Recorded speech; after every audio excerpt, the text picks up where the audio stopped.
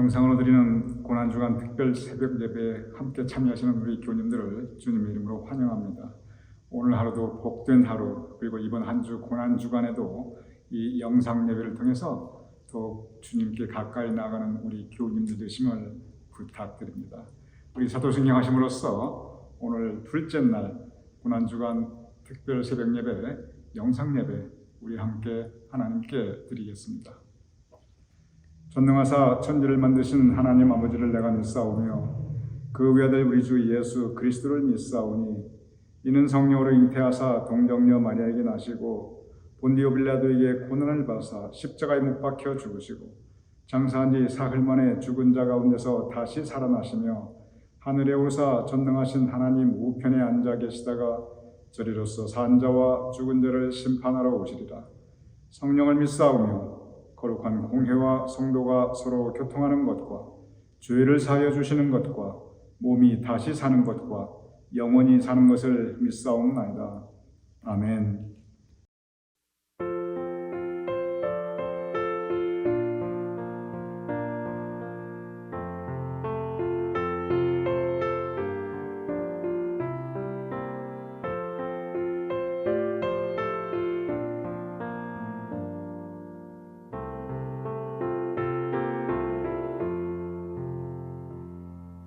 죄지 맡은 우리 구주 어찌 좋은 친구인지 걱정 근심 무거운 짐 우리 주께 맡기세 주께 고함 없는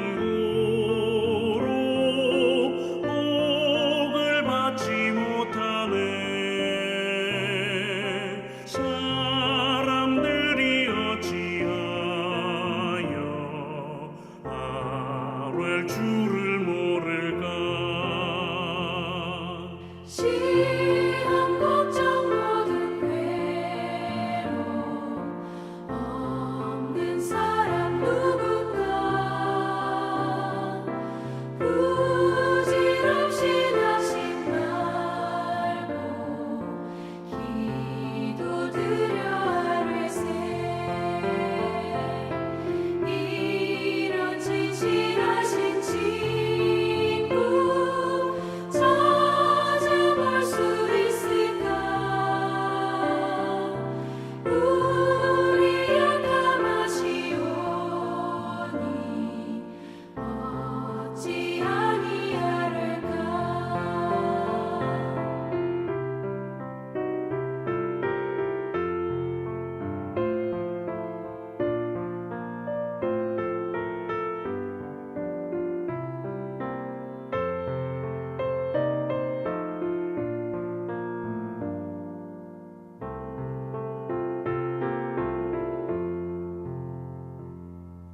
근심 걱정 무거운 짐 아니 진짜 누군가 피난처는 우리 예수 주께 기도드리세. 세상 친구 멸시하고 너를 조롱하여도 예수 품에 안기어서 참된 위로받겠네.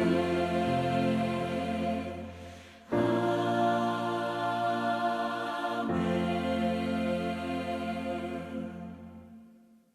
어제 우리가 생명의 기원에 대해서 함께 묵상하였습니다. 우리 생명의 기원은 역시 하나님이십니다. 하나님께서 창조하셨습니다. 하나님께서 사람을 지으시되 하나님의 형상을 따라 우리를 지으셨습니다. 그리고 하나님께서 사람을 창조하시되 서로 도우며 살아가라고 명령하셨습니다. 이것이 하나님의 뜻입니다.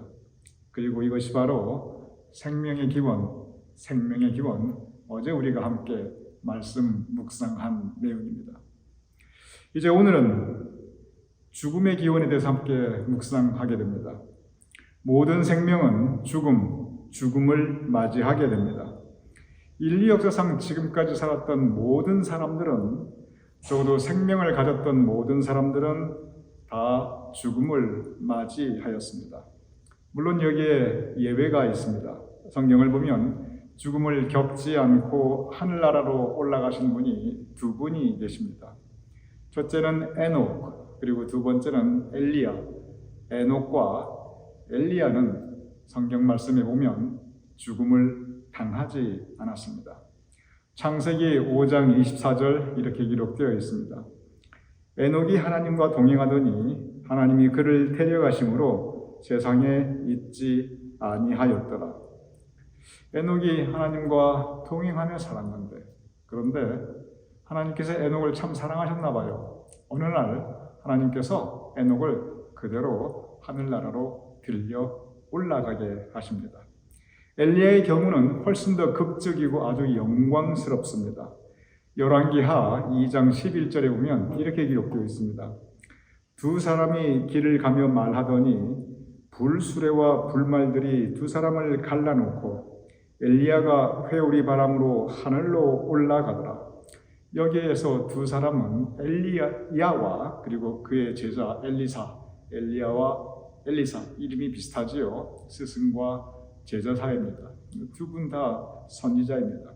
그런데 이렇게 엘리야와 엘리사가 길을 가는데 갑자기 불수레와 그리고 불말이 이 불병거가 나타나더니 이 엘리야를 태워서 회오리 바람 가운데, 토네이도 가운데 하늘나라로 승천시켜 버립니다. 이 장면은 참 멋있습니다. 저는 그런 생각을 해보았어요. 너무 부럽다.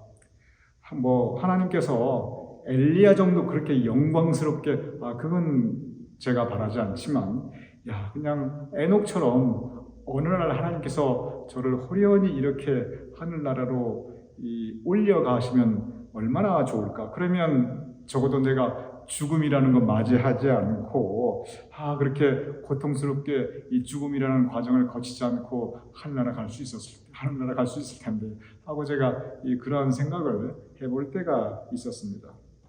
그런데 그 이후로, 적어도 에녹과 엘리야 이후로 지금까지 인류 역사상 죽음을 피할 수 있었던 사람은 아무도 없었습니다. 여기에서 우리가 한 가지 신앙적 질문을 하게 됩니다. 예수님도 죽음을 경험하셨다가 뭘 하셨습니다. 그런 예수님께서도 이 죽음을 경험하시게 됩니다. 여기서 우리는 한 가지 신앙적 질문을 할 수 있습니다. 죽음은 어디에서 왔는가? 이 죽음의 기원은 무엇인가? 바로 그 부분입니다. 성경에 보면 하나님께서 아담과 하와를 창조하셨습니다. 그리고 내가 너에게 지금 생명을 주었지만, 그러나 너 이제 생명이 날 수가 몇 년이니까 그만큼 살다 너 죽을 거다. 이렇게 하나님께서 죽음을 미리 정해주신 적이 성경 말씀에 전혀 없습니다. 오히려 그 반대입니다. 이 성경에 보면 하나님께서 사람을 지으시고 뭐라고 말씀하셨냐면 창세기 1장 28절에 보면 이렇게 기록되어 있습니다. 하나님이 그들에게 복을 주시며 하나님이 그들에게 이르시되 생육하고 번성하여 땅에 충만하라.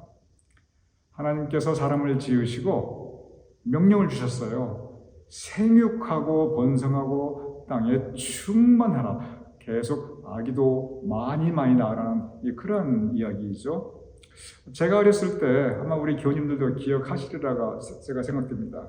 제가 어렸을 때는 아주 국가적인 차원에서 거의 중학교 때까지 그랬던 것 같아요. 제가 기억해보면 이 국가적인 차원에서 굉장히 강하게 시행하던 정책 중에 하나가 뭐냐면 산하 제한이었습니다. 그래서 그때 당시 표가 뭐였냐면 둘만 낳아 잘 기르자 이거였어요. 아주 나라님이 아기를 몇 명 낳을지 그 숫자를 정해주셨어요. 둘만 낳자. 그래가지고 아예 국가 정책으로 밀어붙였는데 그래도 셋도 낳고 넷도 낳고 이런 가정들이 있었어요.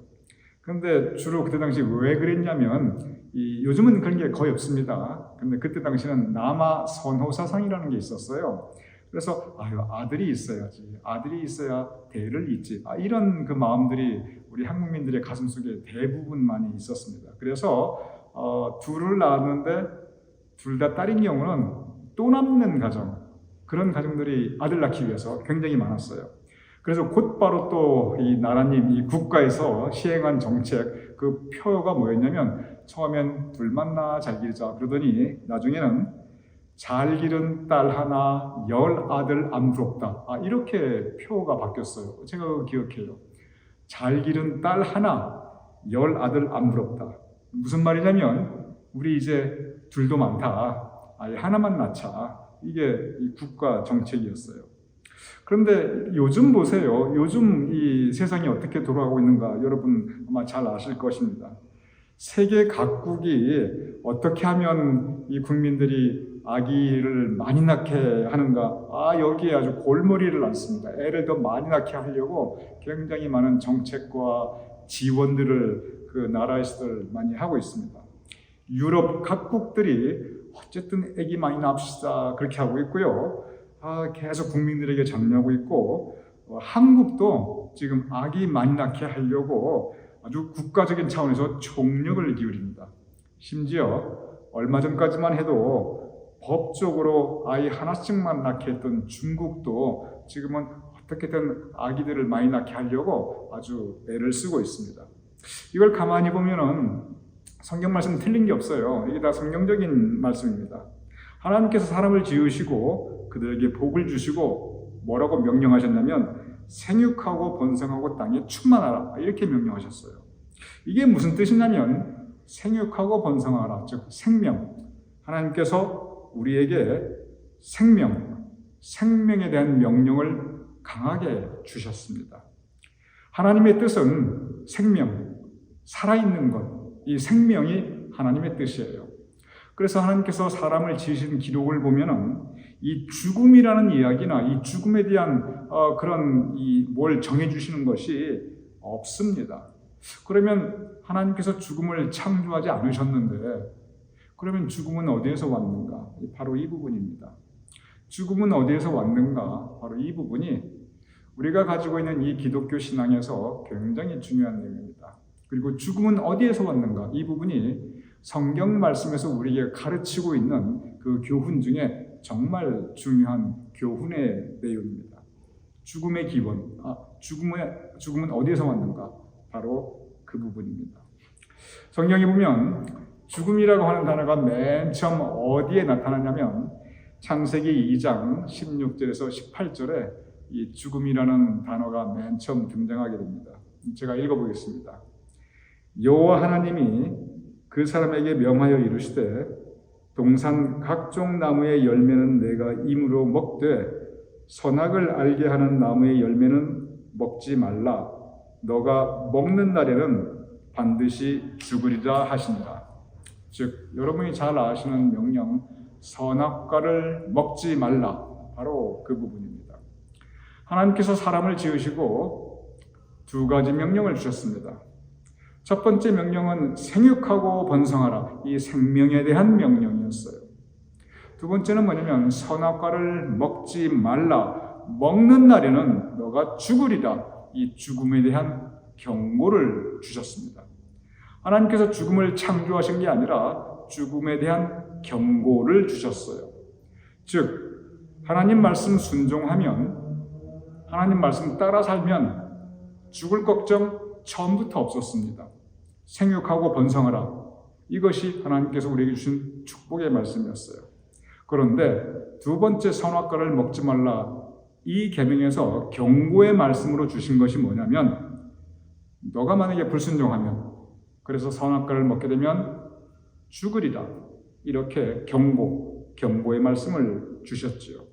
여기에서 하나님 말씀 순종하고 생육하고 번성, 즉 생명의 길로 나아가는가, 아니면 하나님 말씀 불순종하여 너가 죽으리라, 죽음의 길로 나아가는가, 그것은 사람의 선택이었습니다. 바로 이때 이 사탄 마귀인 이 뱀이 등장합니다. 그리고 뱀이 사람을 유혹합니다. 창세기 3장 1절에 4절 이렇게 기록되어 있습니다. 좀 길지만 제가 읽어보겠습니다. 그런데 뱀은 여호와 하나님이 지으신 들짐승 중에 가장 간교하니라. 뱀이 여자에게 물어 이르되 하나님이 참으로 너희에게 동산 모든 나무의 열매를 먹지 말라 하시더냐. 여자가 뱀에게 말하되 동산 나무의 열매를 우리가 먹을 수 있으나 동산 중앙에 있는 나무의 열매는 하나님의 말씀에 너희는 먹지도 말고 만지지도 말라 너희가 죽을까 하노라 하셨느니라. 뱀이 여자에게 이르되 너희가 결코 죽지 아니하리라. 여기서 우리는 두 가지 서로 상반된 모습, 상반된 그 이야기를 볼 수 있습니다. 첫째는 하나님의 말씀입니다. 하나님께서 분명히 뭐라고 말씀하셨냐면 선악과를 먹지 말라, 먹으면 죽으리라 하고 죽을까 하노라가 아니에요. 이 하와가 말을 바꿨습니다. 그렇지 않았습니다. 죽으리라 하고 분명히 말씀하셨습니다. 그런데 뱀은 선악과 먹어도 좋다, 먹어도 절대 죽지 않는다, 이렇게 이야기를 했습니다. 사람 앞에 두 가지 선택이 갑자기 생겼습니다. 첫째는 뭐냐면 하나님 말씀을 따르고 그 말씀 따라 살아가는가, 순종하는가. 둘째는 뱀의 말을 따르는가, 그리하여 하나님 말씀에 불순종하는가. 이런 두 가지 선택의 기로가 사람 앞에 놓이게 되었습니다. 그런데 그 결과가 창세기 3장 6절 이렇게 기록되어 있습니다. 여자가 그 나무를 본즉 먹음직도 하고 보암직도 하고 지혜롭게 할 만큼 탐스럽게도 한 나무인지라. 여자가 그 열매를 따먹고 자기와 함께 있는 남편에게도 주매 그도 먹은지라. 여러분께서 이미 잘 아시는 성경 말씀입니다. 불행히도 사람은 하나님 말씀에 불순종하게 됩니다. 하나님께서 분명히 말씀하셨거든요. 선악과를 먹지 말라. 먹으면 너희가 정령 죽으리라. 그런데 하나님 말씀에 불순종합니다. 하나님 말씀보다 오히려 뱀, 사탄, 마귀의 말을 더 따르게 되었습니다. 그래서 그 결과로 죽음이 들어오게 되었습니다. 죽음이 어디서 시작했는가? 이것은 처음부터 하나님의 뜻이 아니었습니다. 처음부터 하나님의 계획이 아니었습니다. 처음부터 하나님의 창조가 아니었습니다. 죽음은 어디에서 왔냐면 바로 하나님의 말씀을 순종하지 않을 때, 즉 죄를 지을 때 그 죄값으로 죽음이 들어오게 된 것입니다. 로마서 5장 12절 이렇게 기록되어 있습니다. 그러므로 한 사람으로 말미암아 죄가 세상에 들어오고 죄로 말미암아 사망이 들어왔나니 이와 같이 모든 사람이 죄를 지었으므로 사망이 모든 사람에게 이르렀느니라. 한 사람으로 말미암아 죄가 세상에 들어오고 그 죄는 불순종의 죄였습니다. 그리고 그 죄로 말미암아 사망, 죽음이 들어왔으니 죽음의 기원, 그것은 바로 죄, 말씀에 순종하지 않는 사람의 죄 때문에 죽음이 들어오게 된 것입니다. 우리가 이 성경 말씀을 보면 그런 생각할 수도 있습니다. 아이고, 그 아담이 좀 잘했으면, 아니 나도 에녹처럼 엘리야처럼 죽지 않아도 될 텐데 그 어떻게 아담과 하와 그렇게밖에 못했나 하고 아담과 하와를 우리가 비난하거나 이렇게 탓을 할 수가 있습니다. 그런데 우리 가슴에 손을 얹고 한번 곰곰이 생각해 보시기 바랍니다. 하나님 말씀에 불순종하는 거, 이게 꼭 아담과 하와만의 이야기인가? 우리가 가슴에 손을 얹고 곰곰이 생각해 보면 우리 살아왔던 지난 날들에 우리 하나님 말씀 불순종한 거 한두 번이 아니고 참 여러 번, 어쩌면 수없이 있었을 것입니다. 이것은 아담과 하와의 이야기만은 아닙니다. 이것은 우리의 이야기입니다. 하나님 앞에 불순종하는 모습, 이 죄된 모습은 여러분과 저, 우리 모두의 모습입니다. 아담과 하와가 우리를 대표하고 있을 뿐입니다. 그러면은 아담과 하와가 하나님 말씀에 불순종하였기 때문에 그 죄값으로 죽음을 겪을 수밖에 없었듯이 그리하여 죽음이 들어왔듯이 우리도 마찬가지입니다. 우리도 죄인이기에, 우리도 죄를 지은 죄인이기 때문에 하나님 말씀에 불순종하며 살았기에, 그래서 우리도 죽음을 피할 수가 없습니다. 하늘 아래 의인은 없나니 한 사람도 없다고 사도 바울이 탄식하였습니다. 그리고 그 자신도 내가 죄인 중에 괴수로다 라고 고백하였습니다. 죄인 된 모습, 이것이 우리의 모습입니다. 그래서 우리에게 죽음이 들어오게 된 것입니다. 천지 창조 기록을 가만히 그리고 깊이 묵상하면 하나님의 뜻은 생명이었습니다. 사탄 마귀의 뜻은, 즉 뱀으로 대표되는 사탄 마귀의 뜻, 그것은 죽음이었습니다. 하나님께서 우리에게 생명을 허락하여 주셨고 생육하고 번성하라, 이 생명의 축복을 주셨는데, 그런데 우리의 죄로 인해서 우리가 죽음 앞에 서게 되었습니다. 그러나 이것이 끝이 아닙니다.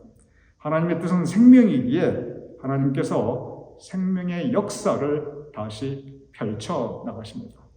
죄인 된 우리에게 그 죄값을 묻고 정죄, 심판하고 징벌하는 것이 하나님의 뜻이 아니라, 비록 우리가 죄인 되었지만 우리에게 새로운 생명을 열어주시고자 합니다. 그것이 바로 하나님의 뜻입니다. 내일은 은혜와 생명이라는 주제로 바로 이 말씀, 그 부분을 우리가 함께 묵상하도록 하겠습니다. 우리 함께 기도하겠습니다. 아버지 하나님, 하나님의 뜻은 생명인데 우리의 죄의 됨으로 죽음이 우리 가운데 들어오게 되었사옵나이다. 아버지 하나님 뜻대로 살게 하여 주시옵소서. 하나님 뜻대로 우리가 서로 귀히 여기며 서로 도우며 말씀에 순종하며 살아가게 하여 주시옵소서. 지금도 우리가 사탄 마귀의 유혹들이 우리 가운데 있고 죄된 모습들이 우리 가운데 있지만, 그러나 우리를 품어주시고 새로운 생명의 길을 열어주시는 하나님의 은혜에 감사하옵나이다. 그 은혜 따라 우리가 살 수 있도록 이 고난주간에 우리 평생의 모든 날들에 주님 우리를 인도하여 주시옵소서. 예수님의 이름으로 기도드렸사옵나이다. 아멘.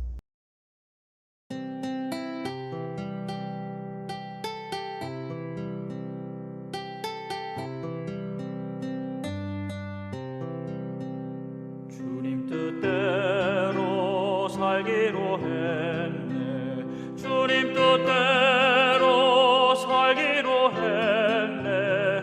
주님 뜻대로 살기로 했네.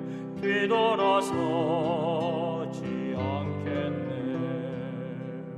이 세상 사람 날 몰라줘도, 이 세상 사람 날 몰라줘도, 이 세상 사람 날 몰라줘도 뒤돌아서지 않겠네.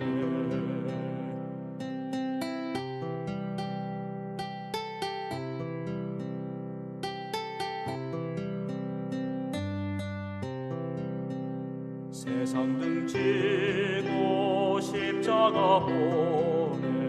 세상 등지고 십자가 보내. 세상 등지고 십자가 보내. 뒤돌아서지 않겠네.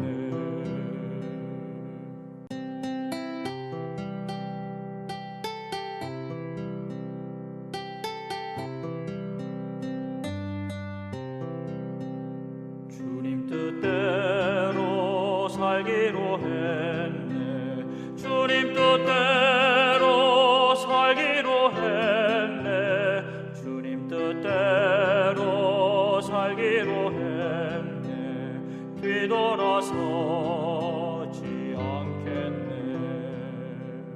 이 세상 사람 날 몰라줘도, 이 세상 사람 날 몰라줘도, 이 세상 사람 날 몰라줘도 뒤돌아서